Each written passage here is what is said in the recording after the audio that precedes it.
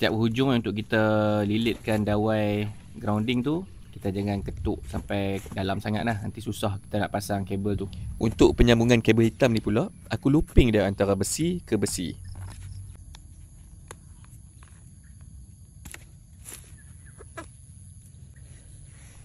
Untuk lilitan ni, kita lilit simple macam tu je.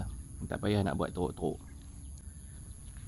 Alright, lepas kita dah lilit macam ni, untuk securekan dia supaya dia tak mudah cabut, aku ambil dawai yang tahan karat macam ni. Aku lilit pula dekat bahagian atas kabel tadi. So dia akan jadi macam ni. Dia akan kuat lah. Lepas tu, aku akan balutkan dia dengan electrical tape. Dah siap untuk satu. So kita kena buat lagi 3 lah.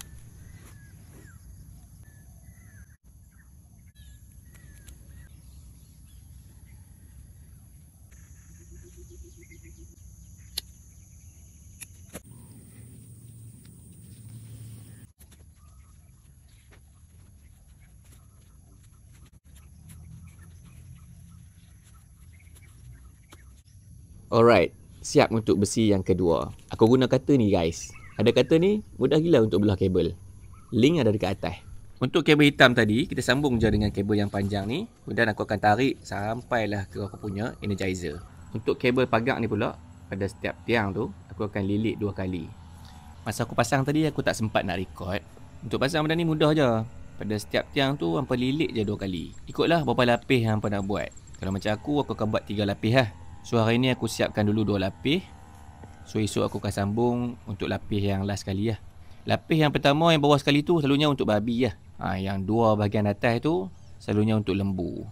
Dan untuk energizer ni, apa boleh letak je dekat mana bahagian yang berbumbung lah. Untuk bahagian terminal pagar pula, apa boleh pilih lah. Nak yang 8 kV ataupun yang 12 kV.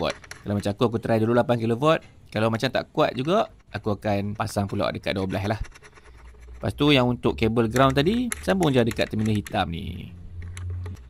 Alright, dah siap. Aku akan sambung pada punca elektrik. Kita on switch. Alright, kita punya energizer pun dah hidup. Model aku ni 5km 5 joule. Untuk yang ni, untuk adjust kekuatan denyutan.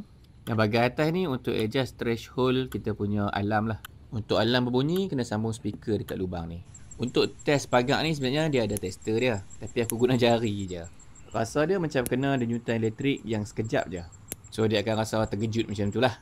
Alhamdulillah siap juga pagar elektrik aku.